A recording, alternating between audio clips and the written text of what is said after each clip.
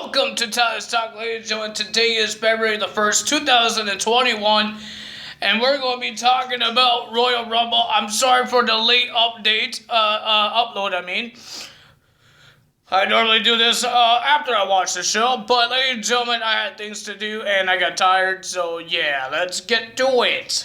So, ladies and gentlemen, we got some legends. Some surprising in the women's. I think two of them never been in a Rumble match these past couple years for the women's and the men's. We've seen them before, but not in the Rumble. They've been in Royal Rumbles. It's just not since 2016 to now. And ladies and gentlemen, they've been gone for years. They've been gone for years and years. And, we've seen one of them in the on-station match, but in actually match, this is his first one. So, ladies and gentlemen, they put the women's tag team titles on a kickoff show. I'm happy that they didn't add another match to the kickoff show. So we got Nia Jax and Shayna Baszler with the Asuka, and Charlotte Flair for the women's tag team titles.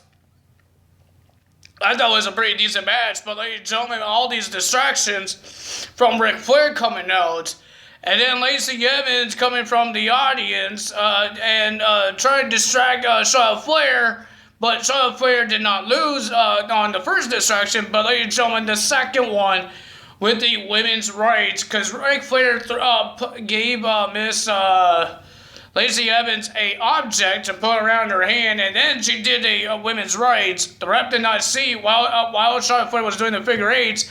Ric Flair was distracting the referee, and then, ladies and gentlemen, the winner of that match and your new women's tag team champions, Nia Jax and Shayna Baszler. Good job for them. Now they could worry about Asuka's WrestleMania opponent, because we don't know who's the women's winner going to. Who's going? We might find out on SmackDown. Yeah, the SmackDown person won it. No, I'm sorry, but ladies and gentlemen, the worthless match, the useless match. To start off Royal Rumble, Drew McIntyre versus Goldberg. Did anyone really care about this match? I did not care about this match. I didn't care one bit. They attack each other outside the ring. They did their entrances, but they fought it outside the ring as well. And then Goldberg speared Drew McIntyre into the barricade. And we waited until Drew McIntyre gets back in the ring to start the match. And then the match starts. And then we just see Claymore, spear, jackhammer, all that stuff. And the winner of that, after a second Claymore, the winner of that match was Drew McIntyre. Guys, it was a 2-minute match. And then they had respect for each other for 2 minutes. You guys could have respect for each other on Raw? Why in the world did we have to see that match? Why? I wanted a good match, not a 2-minute match. Okay, that was the end of that match. Nobody cares about that. Then we had the SmackDown Women's Championship on the line. Sasha Banks defends the title against Carmella with Reginald. I don't know what his name is. I thought it was a pretty decent match. I enjoyed it. Reginald tried to get himself involved, and he got kicked out because of the referee. And then Sasha Banks made Carmella tap out, and she's still your women's champion. Maybe whoever wins the Royal Rumble will choose her. I think any match, whoever wins that Rumble match, who won that Rumble match, will have a great match with Asuka or with Sasha Banks at WrestleMania. So we got the women's Royal Rumble match, and ladies and gentlemen, I'm going to tell you guys all the returns or the free agents or the Hall of Famers, legends that return for the women's. So on the women's, we got Jillian Hall. If you guys don't know who she is, she's a former Divas champion and she can't sing. Then we had another former women's champion, Victoria. And then we have Tori Wilson. She came back as well. And Alicia Fox. She came back as well. Pretty good for that. But, wrong thing. But ladies and gentlemen, a lot of weird things happening. We got R-Truth going to the Women's Royal Rumble. The 24/7 people came out too. Akira Tozawa, Drew Gulak, and all those people like that. They came out, and then we got Alicia Fox pinning R-Truth to become the 24/7 champion. And then when Alicia Fox got eliminated out of the Royal Rumble, R-Truth pinned Alicia Fox to win the 24/7 title again. So that's the end of that. But ladies and gentlemen, the last three. The last three was Charlotte Flair, Rhea Ripley, and Bianca Belair. And ladies and gentlemen, I thought it was pretty good. I was wishing that, can we have somebody that never won the Royal Rumble to win this Royal Rumble match? Guess what? They eliminate Charlotte Flair. So we're definitely going to have a first ever somebody to win that Rumble match for the first time. And ladies and gentlemen, I thought it was a pretty decent match between Rhea Ripley and Bianca Belair. It was back and forth, back and forth, back and forth. But the winner of that match and your new Women's Royal Rumble for the year winner is Bianca Belair. She is going to WrestleMania. She had an emotional speech for her winning her first ever Rumble match and heading to WrestleMania, bring the EST to Mania. She did it on the Royal Rumble, now she's doing it on Mania. Good job for Bianca Belair. Well, we got more news about the 24/7 title. We got the pre-show analyst people talking about the half of the show about the women's tag team titles, the women's Royal Rumble, the women's championship match, and the WWE championship match. And then we got R2 coming out saying a whole bunch of words. And then Peter Rosenberg, if you guys don't know who that is, I didn't know who that is. He tricked R2 to say John Cena is here. And R2 is trying to say hi to John Cena and all that stuff. And then Peter Rosenberg low-blowed R2 and pinned him, and he's the 24/7 champion. No, R-Truth did not get the title back on that night. Maybe on Raw. Maybe on Twitter. Maybe on Instagram. I don't know, but something's going to happen. Peter Rosenberg, I think he's like some sports radio guy. I don't know. I don't really care who he is. Well, ladies and gentlemen, we had the last man standing match, Roman Reigns versus Kevin Owens. Last man standing match. This was a hard, brooding match. Ladies and gentlemen, Roman Reigns talking about the death of Kevin Owens' grandfather.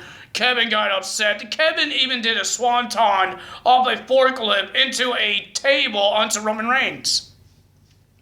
We got Roman Reigns driving ran over Kevin Owens with a golf cart. He actually went through the glass. Guys, if you guys didn't see the backstage of this baseball stadium, it's massive. Like, you could have a match there, just like AEW did with their Stampede thing in the football stadium. You could have a match in this thing. They even have extra rings in there. Like, I've seen 2 of them. Training rings. You could have a match there. Like, they actually could do something. Oh, I forgot to tell you about the women's one. Women's Rumble match. Alexa Bliss tried to transform. They wouldn't let her to transform. Bye-bye. She got out. But ladies and gentlemen, it was a pretty decent last man standing match. I thought Kevin Owens might win it because he handcuffed Roman Reigns to a bottom bar of the structure, and so he can't stand up and put his arm up because there's a bar blocking his arm. So Roman has to sit. But the referee was about to count to 10 until Roman Reigns grabs the referee and pulled him and smacks his head onto a metal bar, knocking out the referee. And then Paul Heyman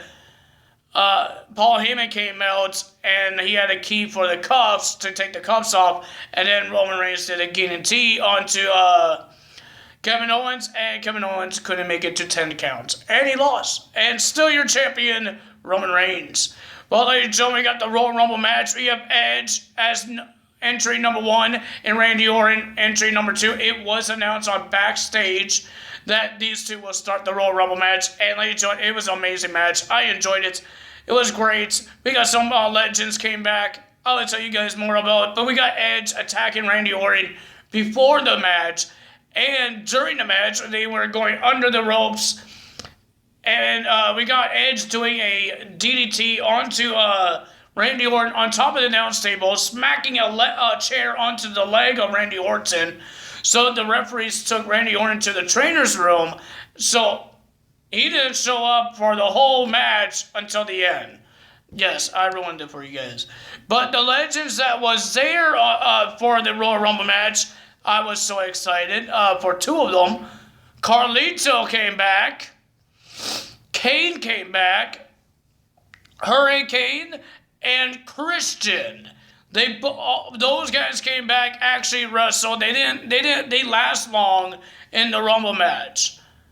It was crazy, guys. It was crazy. But it was a great match. I enjoyed it. But the winner of that match, after Edge, the return of Seth Rollins, we got Damian Priest came in there. We got Shotzi Blackheart came in there as well. I think she did it last year as well.